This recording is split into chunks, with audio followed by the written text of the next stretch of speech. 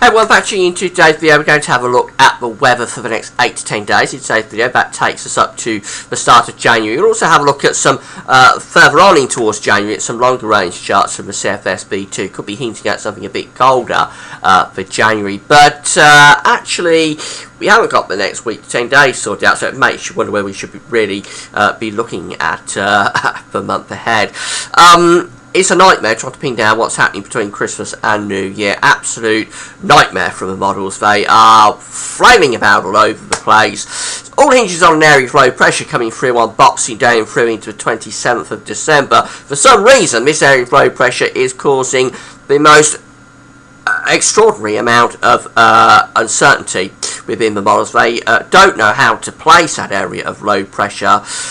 Does it turn cold as the low pressure clears, or does the low pressure stay sitting around the west of the country and keep it milder? That's been the dilemma that the models have been trying to sort out over the past few days. We still haven't really got there, to be honest, although the time frame is getting very close, and the models are going to have to agree on an outcome very soon, I would assume. And this morning we have trended a little bit cold, a little bit towards the colder side of things. But I'm still not all that confident that they've got the solution right for the 27th and beyond. I'll show you all the charts in a moment. You'll be able to see what I'm talking about in a second. Before I get on with that, just to say about the ads. There's links to articles sitting underneath a web video here on the homepage at gavsweathervids.com. Have a browse through the widget. Any articles that you're interested in, just click through. And there's yellow web related ads as well, so click through those if there's anything there that you're interested in. So just starting off with the sort of longer range update, we've got the CFSB2 500 millibar height anomalies broken down into weekly periods here. The green and blue colours are indicating below average heights, that's low pressure. The orange and red colours are indicating above average heights, that's high pressure. So we've got a big ridge in the Atlantic from the 23rd to 27th of December with a trough of low pressure to the northeast. The jet stream is coming through, something like that, so it's a westerly jet stream, and we're bringing fairly mild air in with that, really. It's driest down to the southwest, it's wettest up to the north. Pretty good representation of things up to around Christmas Eve anyway, and it'll turn a little bit cooler. We get through to the next week, taking us from the 28th to the 3rd of January, and the anomaly changes quite a bit. We get a trough of low pressure out to the east of the country through central parts of Europe, a ridge in the northern Atlantic going up to southern parts of Greenland, and that's turning things colder. That's bringing down a colder sort of northerly flow. So the CFSB2 is seeing this chance of colder weather coming through after Christmas, and that's been fairly consistent with the CFSB2 for quite a while, but it is seeing this colder push coming down from the north post-Christmas. Now if we go through to the next weekly period, this takes us from the 4th to the 10th of January, and it's a similar anomaly, although the ridge is going more down towards the central part of the Atlantic. We've still got this trough to the east over Scandinavia, so the jet stream is going something like that. It's reverting to more of a westerly jet stream, but it is taking a southerly track, really, with that trough sitting to the northeast. So probably turning milder through the first few days of January, but still with some colder incursions coming through at times, but generally the wind going a little bit more westerly. And then going through to the final week period, taking us from the 11th to the 17th of January, the trough deepens over Scandinavia, so we get quite a deep trough of low pressure sitting there to the northeast. The ridge is still out in the central part of the Atlantic. The jet stream is coming through something like that, going around that trough up to the northeast, so that's turning things colder through that period from the 11th to the 17th. Again, still with a westerly influence. It's not a classic cold situation, really, because you want to get a classic cold situation, you want these red colours here over the top of the palm to sort of push down into Greenland and merge with this ridge over the Atlantic. So we set up a ridge in this sort of zone right over the top of Greenland, and then you start to push down the very coldest of the air out of the Arctic, of course. So it's not a perfect cold scenario, but it's cool, really, that, and it would imply cold air coming into that trough that's sitting over Scandinavia at times, possibly bring some wintry conditions. And overall, I think that is generally quite a cool to coldish start to January. First half of January looking rather chilly there on that sort of setup. Now this is the CFS city temperature forecast for Birmingham for the next 6 weeks from the website weatherweb.net, and this is going quite cold. So we're starting off here actually very mild at the moment. It cools down as we get through into the Christmas period. It doesn't go desperately cold, but it does go cooler. And then after Christmas it sees things going really quite cold indeed going up to the new year. This is January the 1st just here, and by then daytime maximum temperatures are struggling to get above freezing. Turns a little bit less cold through the first week of January. We just saw that on that 500 millibar height anomaly chart, that the first week of January probably gets more of a westerly influence coming through, but then going through to around the 10th, 11th, it goes cold again, and then it stays cold.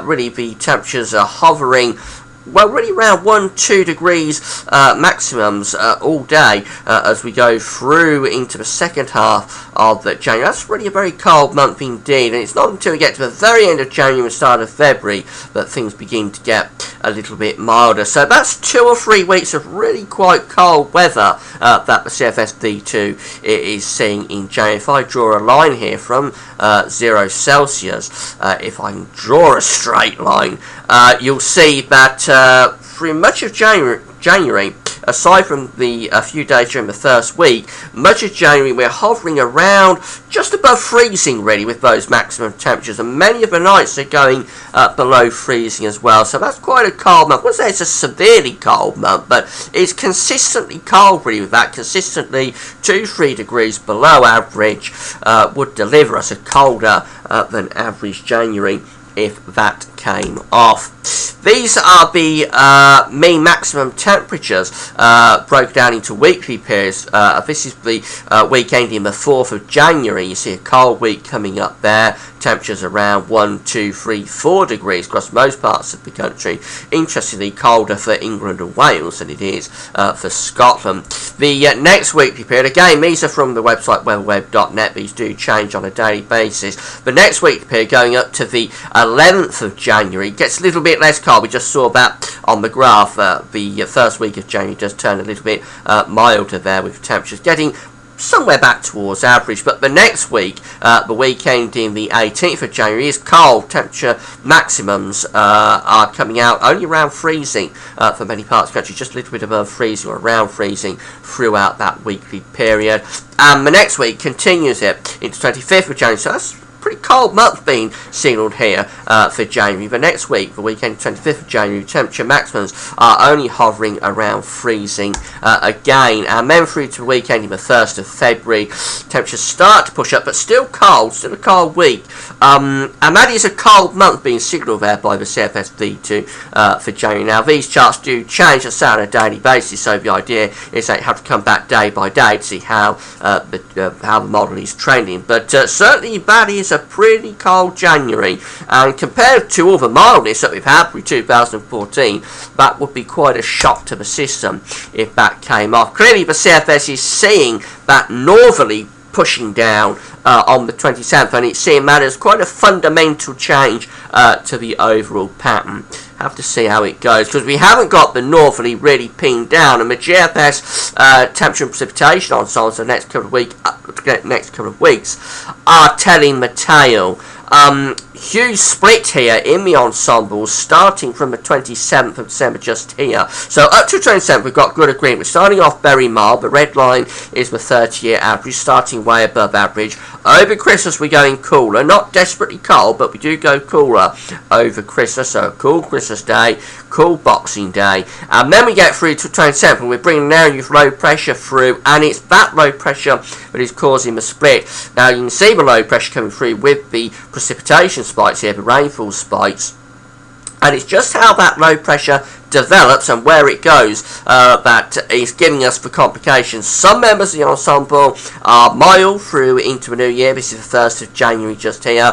Many members of the ensemble are going for a mild end to December, but many members are also going for a cold end to December. There's a more or less a 50-50 split I would suggest there, from the mild members of the ensemble to the cold members of the ensemble. So it's on the toss of a coin, really, whether we're going to go cold and stay cold up to the new year, or whether we will keep westerlies coming in with the low pressure not pulling down that northerly blast. But it's quite unusual to see so much scatter so early in the ensemble. The 27th is getting quite close towards what should be the reliable time frame, and we've got so much scatter there that it's quite unusual to see that.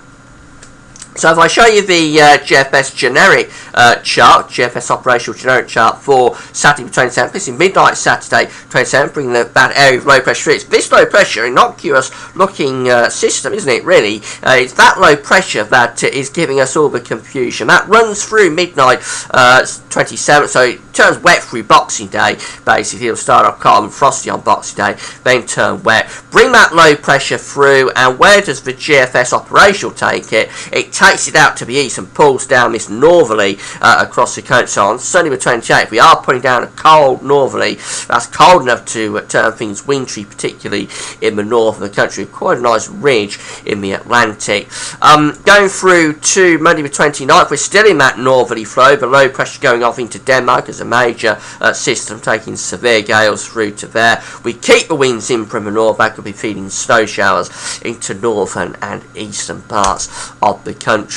And then up to the 30th of December, we ridge in high pressure. That's within cold air, so it turns very cold, particularly at night. At the end of December, there'll be some hard overnight frost with that, and daytime temperatures probably only 1 or 2 degrees above freezing. And then finally go through to day 10, which is the 1st of January. This is midnight, January the 1st, 2015. The high pressure is still sitting there over the country, keeping it cold, mainly dry, but very cold and frosty.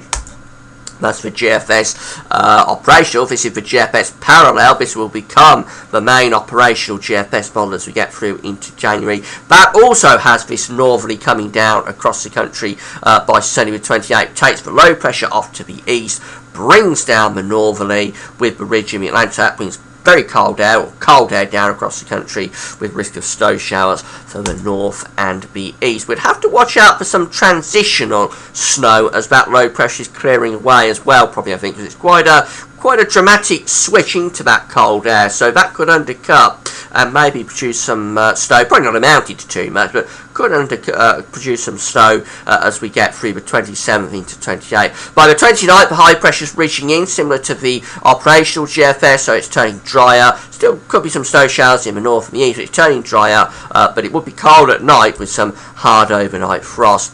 And then moving through into the end of December, that high pressure sticks around the country, keeping it mainly dry but frosty. Get through to January the 1st, and the high pressure is still in there over the country within cold air, so hard overnight frost. Could be freezing fog as well, so a pretty cold start to 2015. And then interestingly, the parallel GFS wants to take that low pressure and move it up to northeast as we're going through into the start of January. We take that low pressure up to the northeast of Scandinavia, start to pull in this easterly flow off the continent. So that's really quite a cold start to January indeed, putting in a proper cold pool from the east. That could be bringing in snow showers if that was to come off from the east. I have noticed that the GFS parallel run seems to be regularly churning out colder charts than its operational GFS. That could be something to keep an eye on, because this will become the main model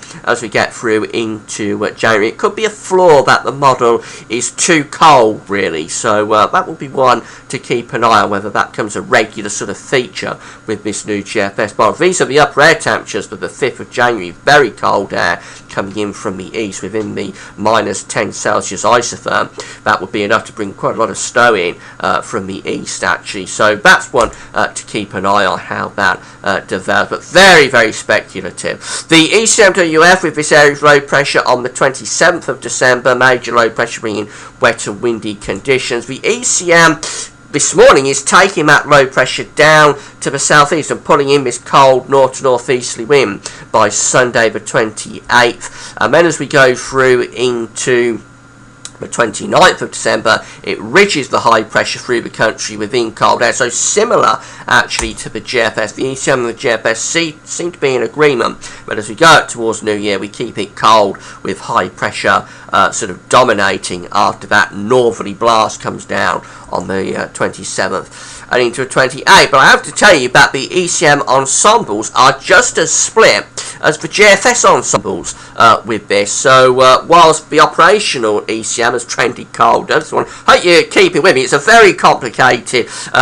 pattern that I'm trying to talk about with this. The ECM operational that you're just looking at has trended colder, but its ensembles are split almost 50-50, same as the GFS, on whether this cold weather actually happens and whether it stays cold. So it's a bit of a nightmare pinning this down still, but I think we are gradually inching towards the idea that it's turning colder after Christmas. That's where I think things have trended this morning, but still not all that confident about it, and obviously I'll be keeping you posted. That's it for now. Hope you found it interesting, was able to stick with it. It is a very, very complicated situation.